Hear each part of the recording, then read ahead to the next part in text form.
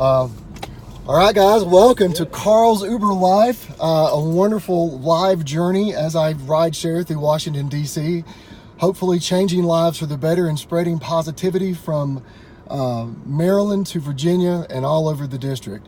My guest today on Carl's Uber Life is none other than Khuram Zaman.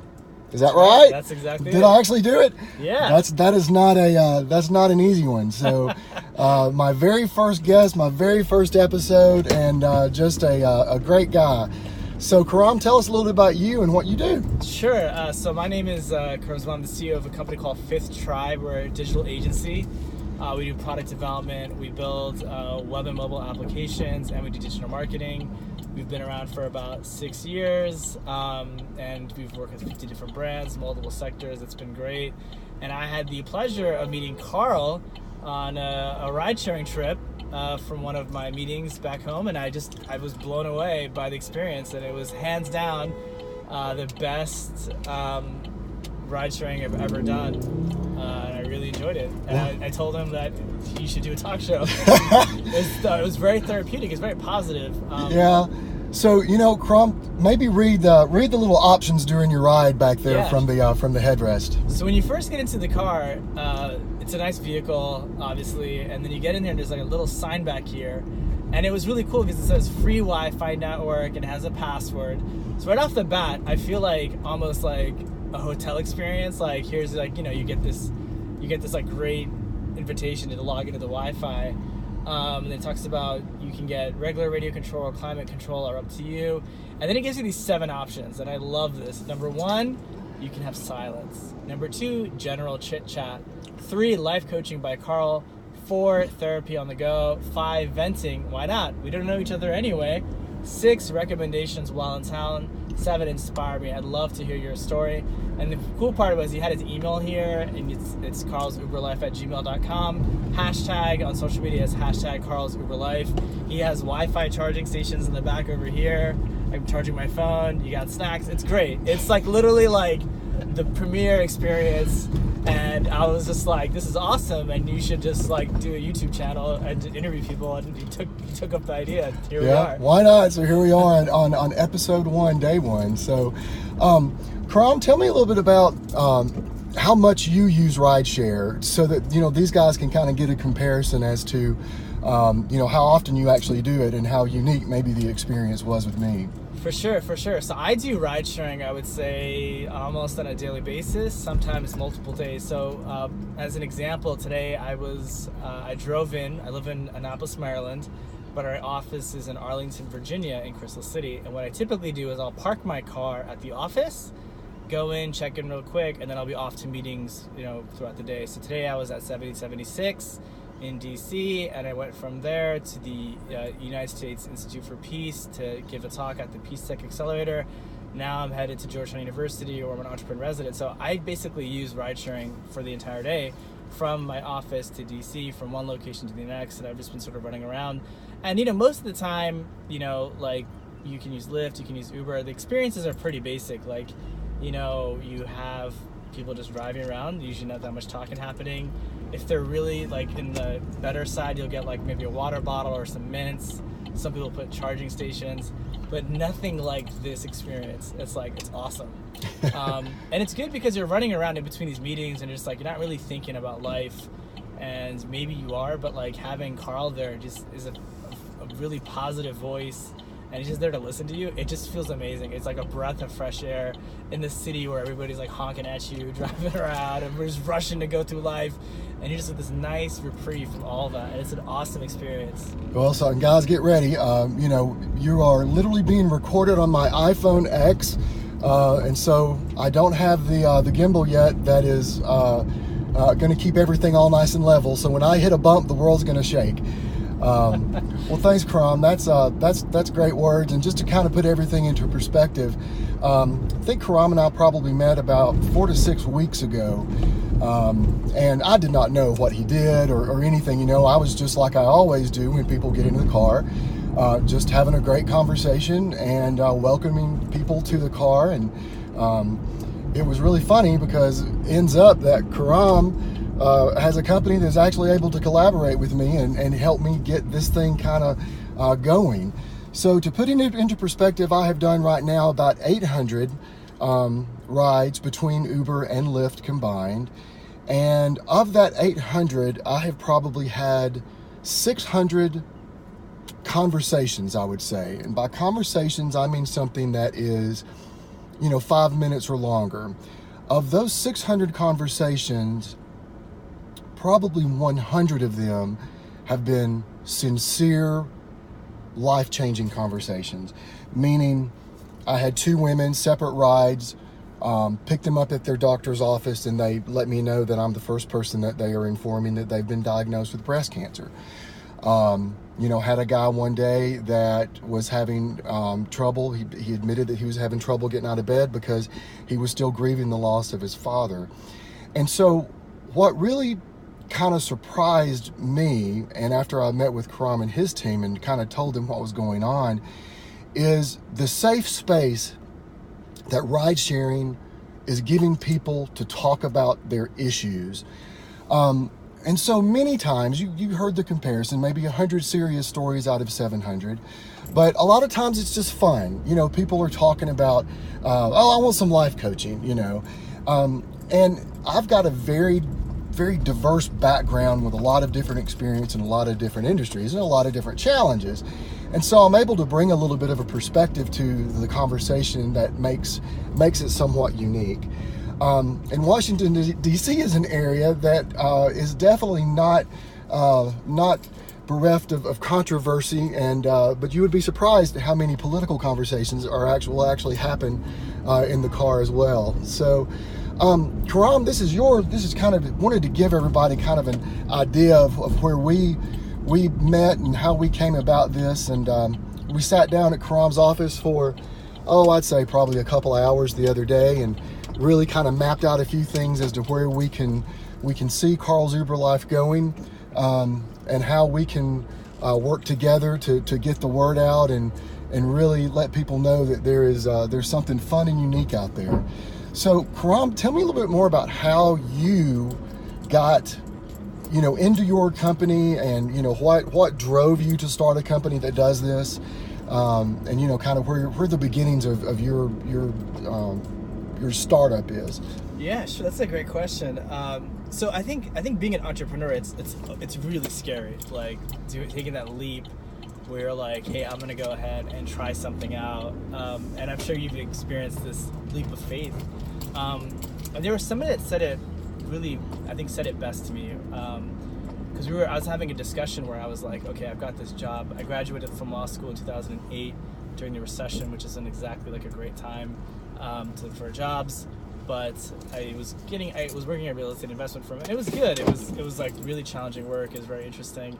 But what happened was, like, I was starting a side hustle basically, where I created a business to do digital marketing.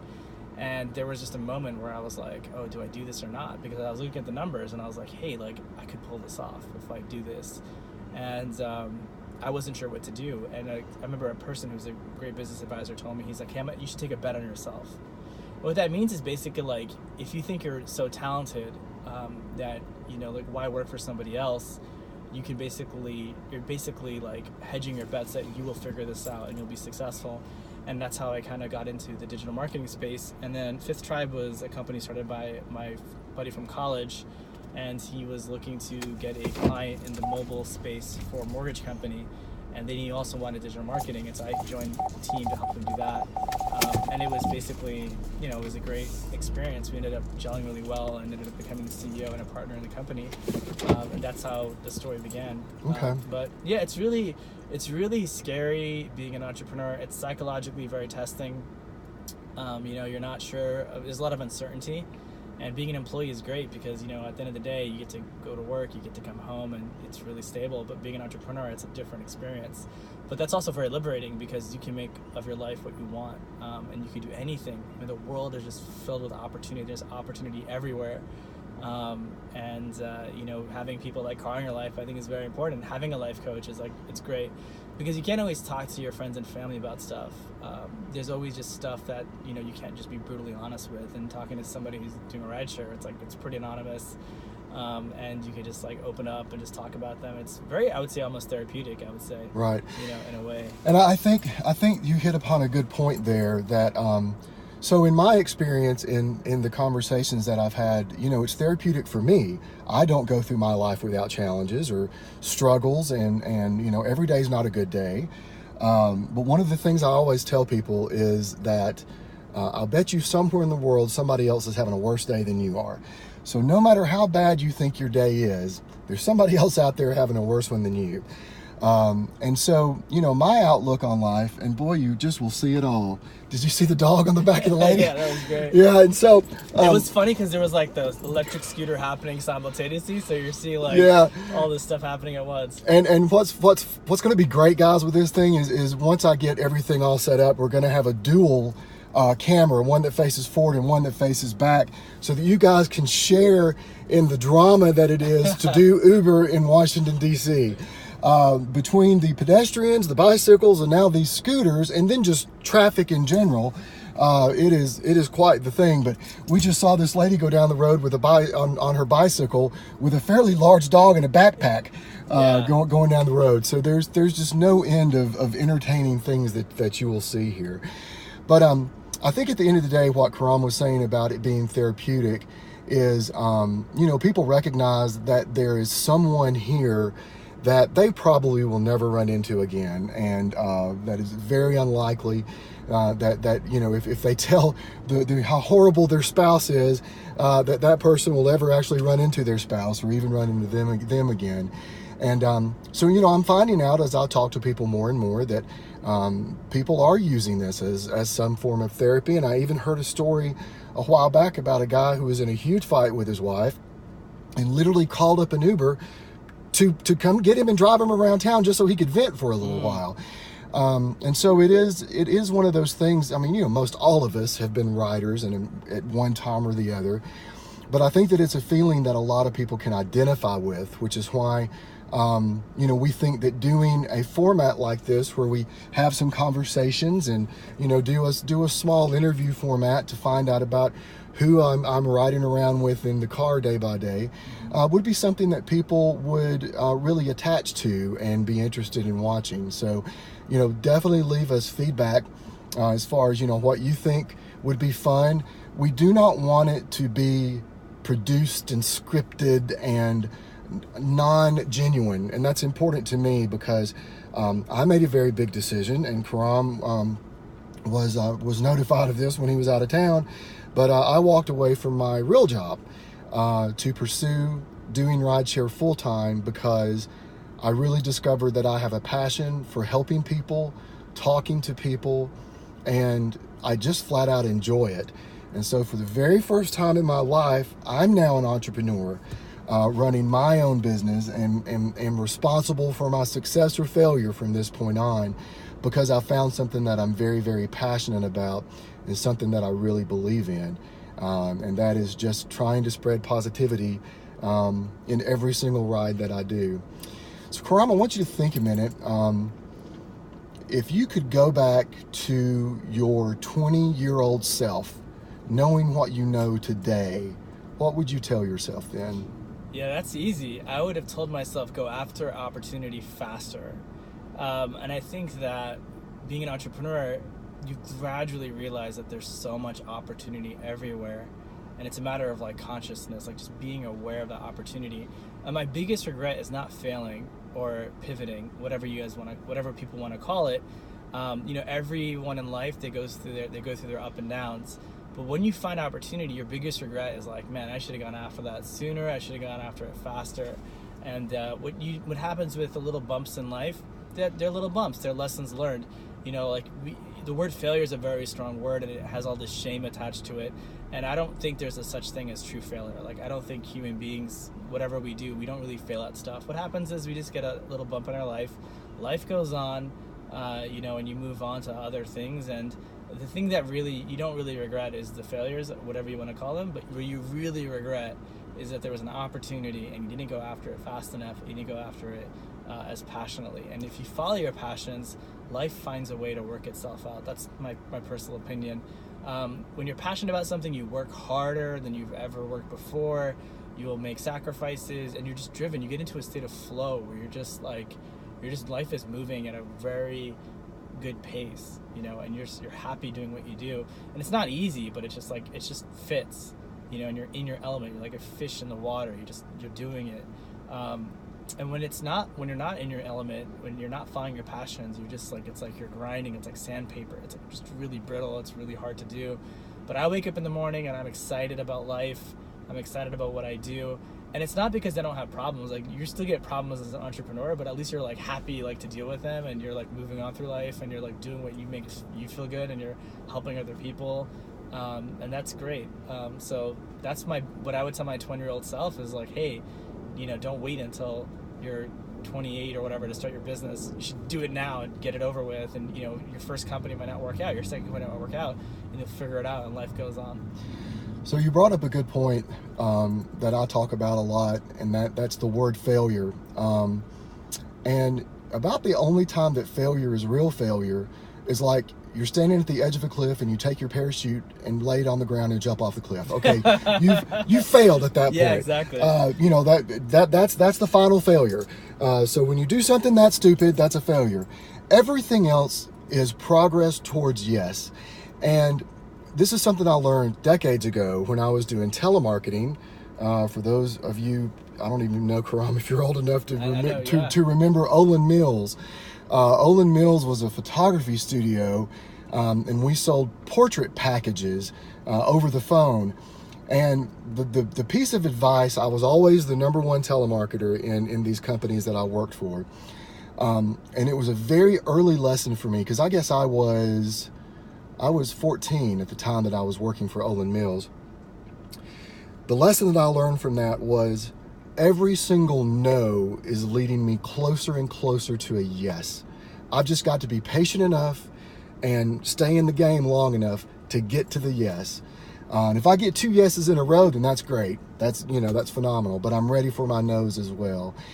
And so when, especially, we're talking about you being 20 years old and then, 28, well, you may have waited too long. I think that it's important to point out that very few very successful people in the world have not experienced what most of us consider failure, whether it be a business that went bankrupt, or a period of even homelessness or things like that.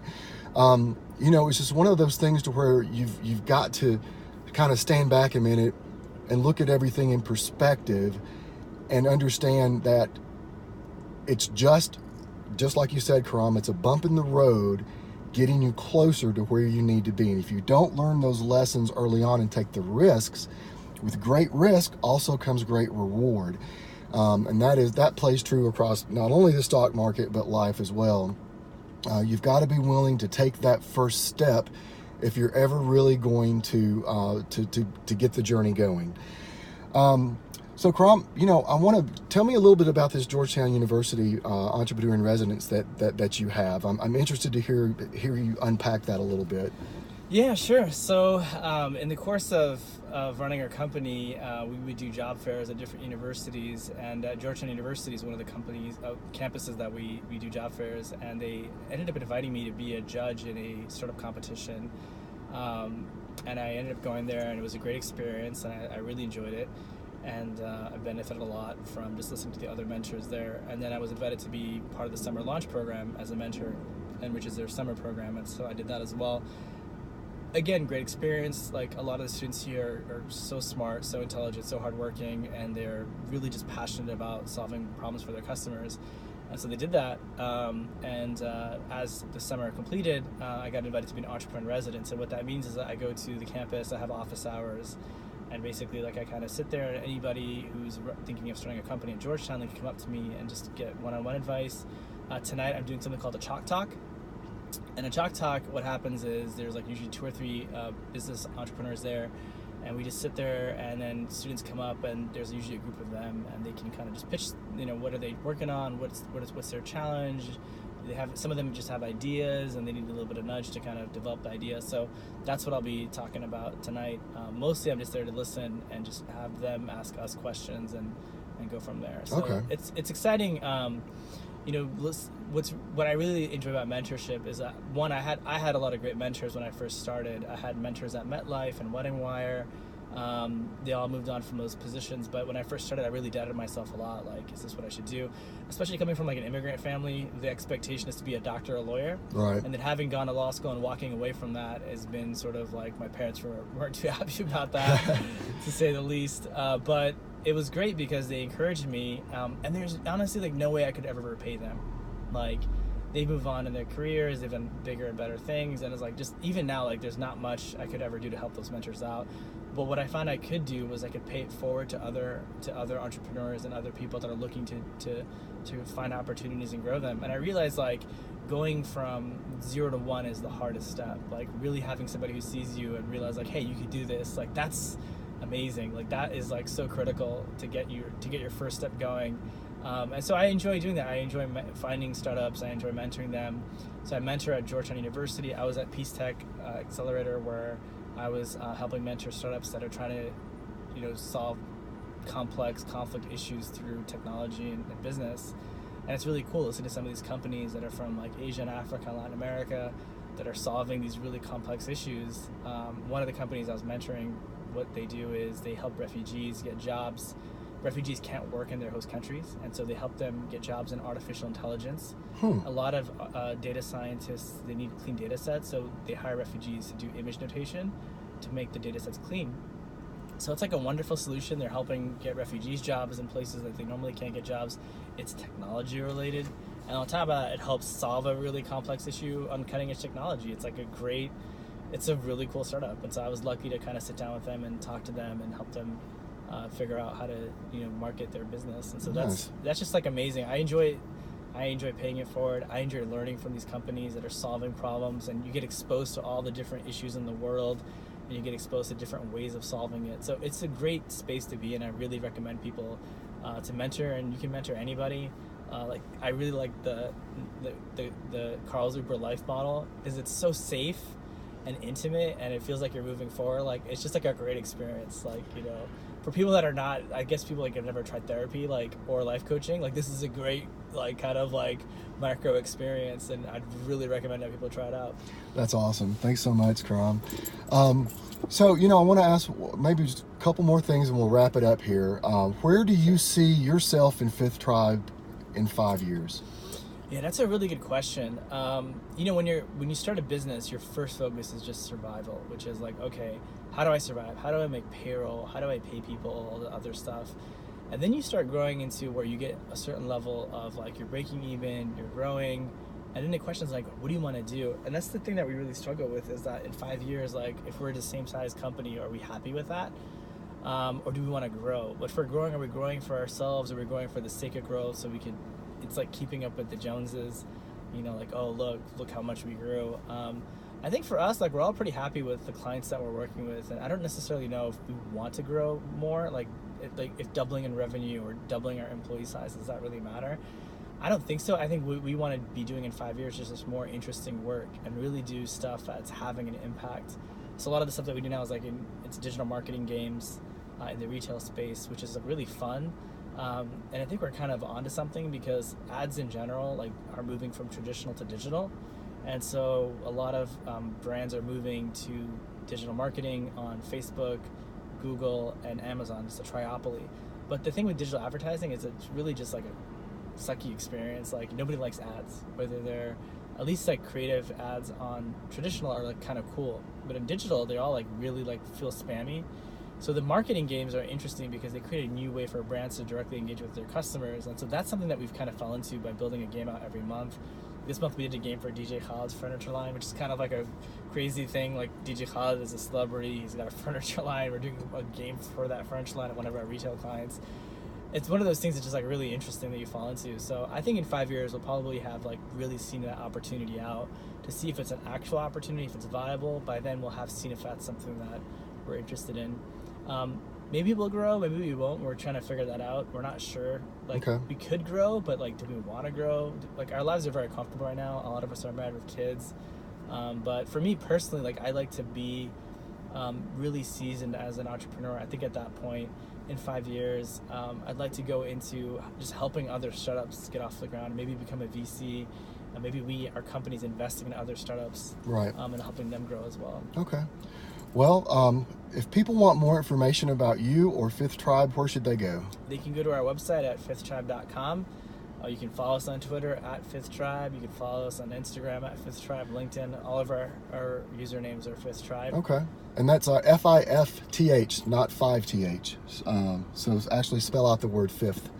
And that is at CarlsUberLife, all across social media as well.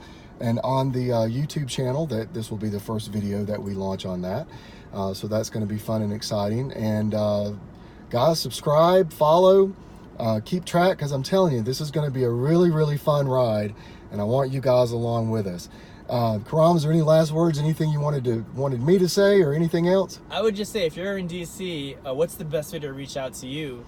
If they want to get a ride, even if they don't want to do the video, but if they just want a ride to get to meet you, what's the best way? Oh yeah, so the best way would be to send an email to CarlsUberLife@gmail.com, and that's Carl with a C. CarlsUberLife@gmail.com. If you're in the area and interested, and just even if you don't want to do an interview, just like Khuram said, you just want to ride around and see what all the fuss is about, you send me an email and I'll come pick you up and we'll have a good conversation. So guys, that's it for episode 1 of Carl's Uber Life. Stay with us. It's going to be a fun ride.